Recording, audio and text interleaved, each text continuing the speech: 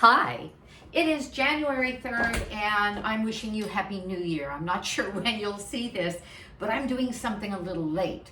I'm making Hoppin John, which is a Southern tradition as a soup or just a big bowl of beans to be served the first day of the new year to bring luck. Some say 7 years of luck, and some say a lifetime. Well, doesn't matter. I'm doing it a little bit late because I wasn't around to be making it on New Year's Day, but let's get started. Hoppin John is usually made, and first of all, let me show you. This is an empty pan. I did what I do, and that is I bring up a number of recipes, I look at what everyone says, and then I kind of create what I think I would like. One of the things I always do is take out any oil they use because we don't need to use oil. If you're going to stay trim, if you're going to stay healthy, if you're going to keep a healthy vascular system, the people I listen to, Caldwell Esselstyn and T. Colin Campbell and John McDougall, all say, keep the oil out of your diet. Doesn't mean you keep the fat out. I eat plenty of nuts, I eat tahini, I eat nut butters, but I don't add additional oils. And so I have onions that any recipe would say saute in 1 to 5 tablespoons, a half a cup, a quarter of a cup, or whatever, of olive oil or any kind of oil. And by the way, olive oil shouldn't even be heated above 375, it breaks down. So you can hear it sizzle. It is going to brown lightly. I make my own broth. I hope you do too. When you cut up vegetables and you have bits and pieces of things, put them in a bag, freeze them, throw them into a stock pot. When the bag is full, I use a 1-gallon bag. Simmer it for a couple of hours and you get a lovely broth. This is my homemade broth, and I'm using bits of it as I go along because this is a 6-quart Instapot. Love my Instapot. On a saute, the saute setting, and it's pretty hot. I don't know how hot, 350, 375, maybe 4, I'm not sure. The onions are not browning yet, and onions have so much juice in them that they are a perfect vehicle to begin your sauteing of what the French would call a mirepoix, your onion, celery, garlic, carrots, to add as a flavor base of a stew or a soup. Well, it browns a little bit by itself without anything in this pan because onions will weep. The weeping becomes a caramelization. The caramelization is very, very flavorful. That's why I don't just throw them in the pan, save myself some trouble, and call it a soup. I could, but it would be missing some of the depth of flavor that I like. I also will be, and I listed off what a mirepoix would have, going to be adding to this some vegetables to add, again, depth of flavor. This original recipe not only called for a bunch of oil to be thrown into the pan and the onions to be sauteed in it, but it actually had a step before that, and that was that I was putting in some ham hock or browning bits of ham for this.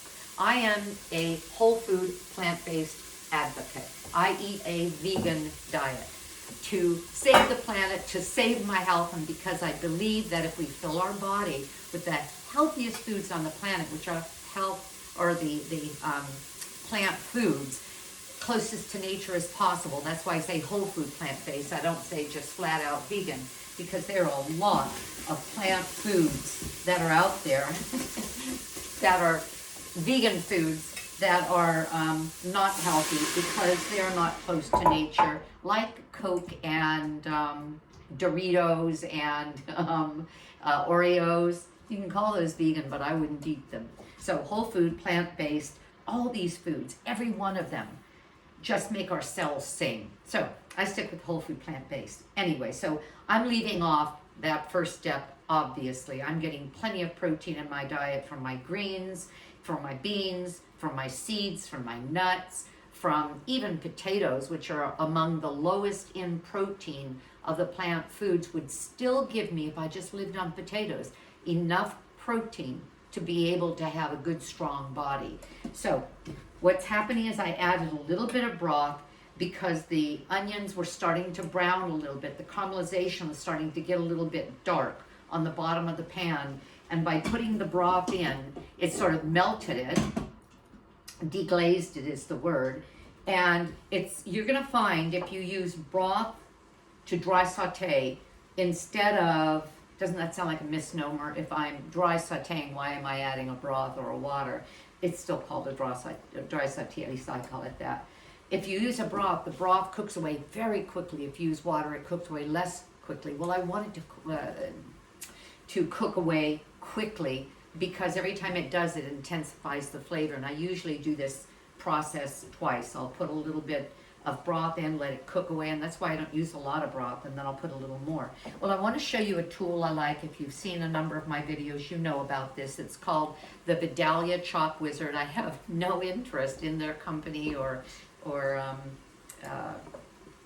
anything like that, but it's just handy because I needed 3 stalks of celery, 1 full bell pepper, seeded, some carrot. Here's a little bit of the carrot that I wanted to show you before I chopped it, just to show you how that chopping and my onion, which I'd already chopped but kept separate, is easily done, very quickly done if I have a tool. I don't have to have the tool, but for what I wanted to do, boom, I just chopped that and just chopped it. And what I end up getting, and there are 3 blades, so the blades would give me a finer dice, this kind of a dice, or a thin slice for things like mushrooms, but not for things like French fries. They're not quite strong enough for that. But what I have here is what I'm going to use for my stew. And what I like also is the consistency of the size. So this has in it, again, carrot, bell pepper, celery, and I'm going to throw in here, because I'm getting color. Let me show you the color. See? That onion now is browning. I'm going to throw in here. Don't you wonder how I did that? Yeah. The top isn't hot enough to burn me, and yet the base is quite hot. Certainly hot enough to saute. I have minced onion, minced garlic. I'm sort of rushing so I can get this in and done before dinner, which is, oh my goodness. Which is that true? No, okay. Which is about 40 minutes from now. And this will be easy. But I wanted to get this all cleaned up and set the table and all of that. Don't I sound like June Cleaver? If you're young, you have no idea who I'm talking about. Leave it to Beaver. Anyway. See, now it's browned, and it's starting to brown again. So I'm going to add the smallest amount of broth. It's bubbling up. I love this part. It's bubbling up. It's deglazing. It's kind of creating a bit of a syrup. And I'm going to let it go one more time. Then I'm going to throw this in, put the rest of the vegetables in, put my beans in, and take it from there. A couple of things. Traditionally, black-eyed peas are used for Hoppin John. And as I was looking through the recipes, there are a number of things that I could have done. For example, one of these recipes called for the beans and the rice to be cooked together. Well, I love having rice and beans. I don't really want my rice cooked with my beans. I want a plate of beans, and these are going to be very savory because look at the vegetables that are going in them. And then, of course, if this were New Year's Day, I would have Hoppin John, I would have a bowl of rice, and most people use white rice. I'll use brown, long grain, short grain, doesn't matter. And then I would have greens, and quite often it's colored greens. Well, we have a farm store around here that picks everything in the morning and sells it by the end of the day, and it's open every day. So when we went by 2 days ago, they had this gorgeous mustard green. No collard greens, but mustard green. And there was also chard, and of course kale, The chard is almost like spinach. It cooks away really fast and becomes quite limp.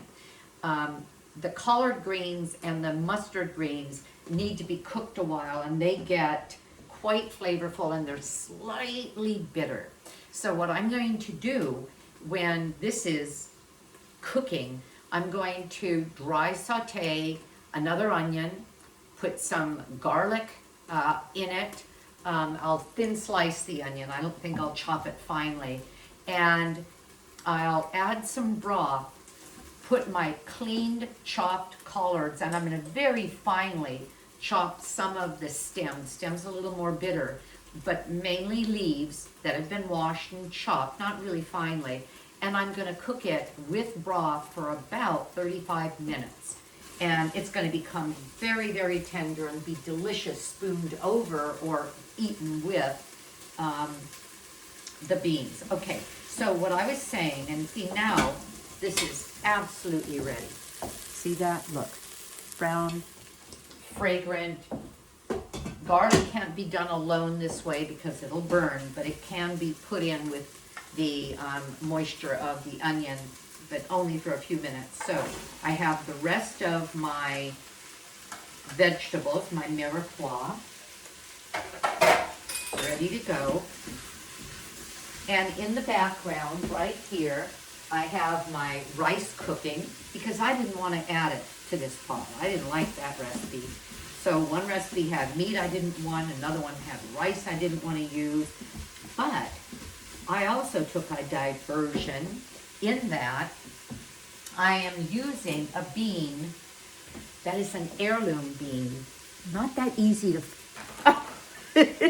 Sorry, I poured it all over. Okay, not that easy to find, but look at these beauties. See, I don't eat meat. I don't need that boring flesh stuff because I have, what, 1,000 varieties of beans I can choose from, beans and legumes, and how many different kinds of potatoes and how many thousands of vegetables. And these foods are marvelous. Okay, let me stir. See, I get very excited about food, don't I? Okay, I'm going on 4 years now, whole food plant-based.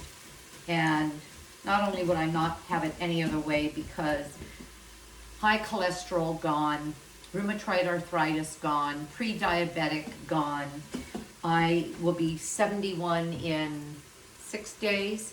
This morning I ran 6.2 miles, getting ready for my 10K race the day before I turn 71. So this Saturday I'll be running a 10K race. Who does that as you get older? I'm better as I'm getting older. And so is my husband, and we both went plant-based. Again, going on 4 years, more than 3 years ago. Okay, so this is sauteing. I'm getting the fragrance as the vegetables are softening a little bit. And let me tell you what I'm going to add to this. I'm going to add a can of diced tomatoes, and I buy almost everything organic simply because that gives me a bit of assurance that it's not being heavily sprayed with the things that are legal in America that quite often aren't legal in other countries. We allow way too many chemicals on our food and our cosmetics, even in baby food, and it makes me really sad. Including, for example, oats. Oats used in baby food, and this was traced, and you can look it up, and it was found that glyphosate was heavily associated with oats that were offered in baby food. Why? They were not organic. They spray the non-organics with glyphosate, which is Roundup, and they made their way into our baby systems. That's ridiculous. Glyphosate is an antibiotic. What is that going to do to the baby's immune system through their microbiome? Make a mess of things. Now I'm getting preachy. Say stop it, man. I'll stop it. Okay, so I'm adding to this a can of organic chopped diced tomatoes. You can buy them well priced at, that was Costco. You can get them at Trader Joe's. And I'm adding a half a cup. I'm going to save some of this to put on top of cilantro. at that same farm store, I buy every week a bunch of flat-leafed parsley and a bunch of cilantro. They grow it all year long. They have a place they can do that. I like this place called Rancho Gordo. I buy a lot of heirloom beans there. Well, they had dry chipotle chilies. Look at this. So I'm gonna get a smokiness. Oh my gosh, that smells good. In my beans from this dried chili. So Rancho Gordo, and you can look at ranchogordo.com if you're interested in their product. I'm adding a jalapeno pepper, chopped, de-seeded, and I've got to warn you about something. I brazenly cut it open, pulled out the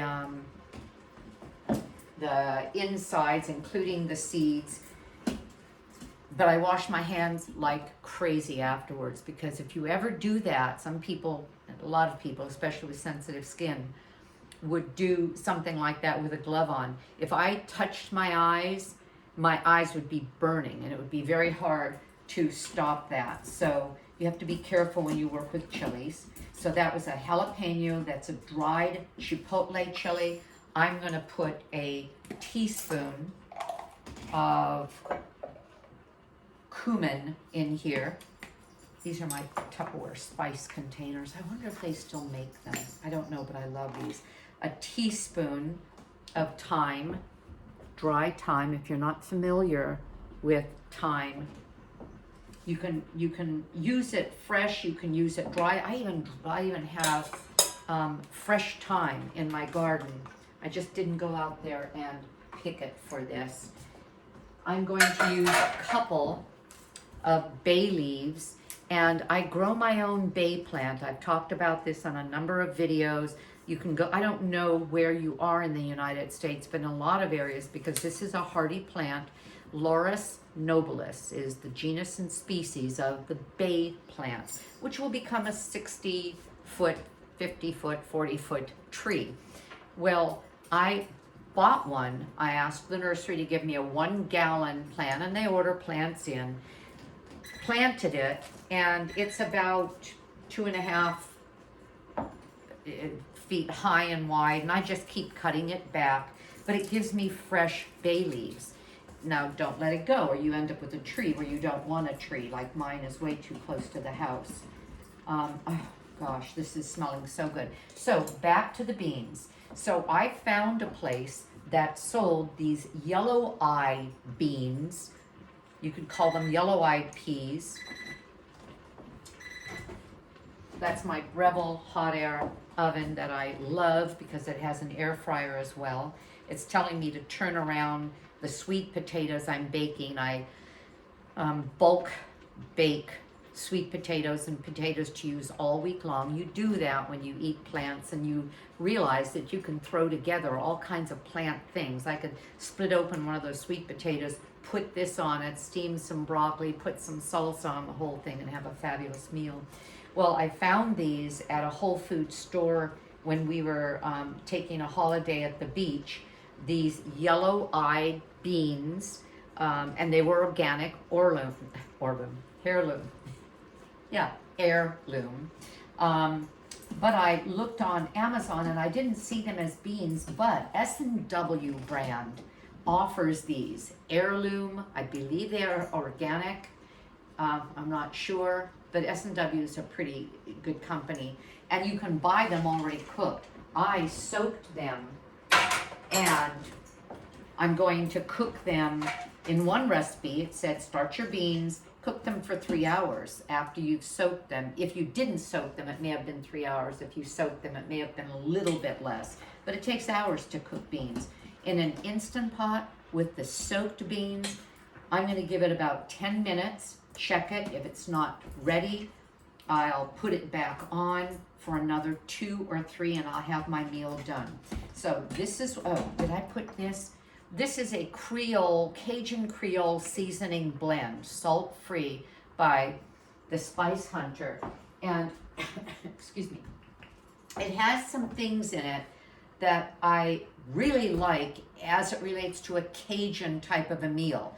Things like lemon peel, allspice, mace, red pepper, cloves, chili powders, and some bay leaf. I'm not worried that I'm overdoing it with that. And so I'm going to put a teaspoon of this in too, because I want a lot of flavor. And this will give me that real Creole kind of a feeling, because Hoppin John is very southern and very much tied to places like Louisiana. Okay, so now it's making noise. Oh, this is done. Oh, that's fine, because I'm gonna cancel that. That was the saute function. I'm going to put enough broth to cover the beans by about 2 inches. I have a little bit more here, and if I don't have enough broth, they're gonna get some water. Now, some people like their beans to be just a bean. They want a plate of beans, a plate of rice. My husband and I very much like a soupy kind of a bean, but I don't want it to be so soupy that I have just a bunch of broth and not beans. So let me see. I'm going to go over, now I'm going to give this maybe not 2 inches above, but maybe about 1.5 inches. Let me show you what it looks like. Above, watch me throw this on the floor, of water over. I've just tilted it. This is going to give me a bit of a soupy bean. I see my floating chili. If you don't have an Instant Pot, it may cost you $80, $90. This is the 6 quart. I also have an 8 quart. That's how much I like them. The first one I bought, I had for a year. It scared me. I wouldn't do anything with it. And then I watched either Chef AJ or Tammy at Nutmeg Notebook. I recommend both of them highly. Easy to find on YouTube videos. And they use them all the time. And I thought, I'm being silly. Oh my gosh, I don't know what I would do without it. It's so handy. I do, let me set this, sorry. 10 minutes. So I set pressure cook. 10 minutes, and I'm gonna have beans, not 2 to 3 hours. And those beans are broken down well enough that anything that's a little hard to digest is easier to digest. It's telling me I've acknowledged what you've just done. In other words, that it knows that I've said it, and I'll ignore it now. But this doesn't mean it's gonna take 10 minutes to cook, because it goes up to pressure. That may take 15 minutes. In pressure, 10 minutes. I'm going to let it sit for about 10 minutes before I release pressure to open it and check the beans. If it is not ready, and I'm going to give it another 2 minutes, maybe 3, I'll put it back on, set it again, and then it'll go to pressure rather quickly. Okay, I think that's all I have to say about that. What I'm going to do is I'm going to take photos of my finished soup, my finished greens, and I'll attach the photo to this video. And I hope I've inspired you to consider my book, Aging Powerfully. It's about a story that my early years with an eating disorder, a little of that, and then it's about my cats down on the floor playing with the beans. And then it's about how I found lifestyle as medicine, became a health coach, which I was already certified, but with them, and how that book has given 10 lifestyle modalities, evidence-based recommendations and how-tos that can help you live your best life physically. And one of the most important things we can do is take care of our bodies through food. So I hope you've enjoyed this. If you make this, I'd love to hear what you thought of it. You can find me at nansimonson.com, and there you'll find the link to the book. You'll find the link to my cooking show. This is where you are right now on YouTube, or maybe you're on Facebook. And have a great day, because I know I'm going to. Bye-bye.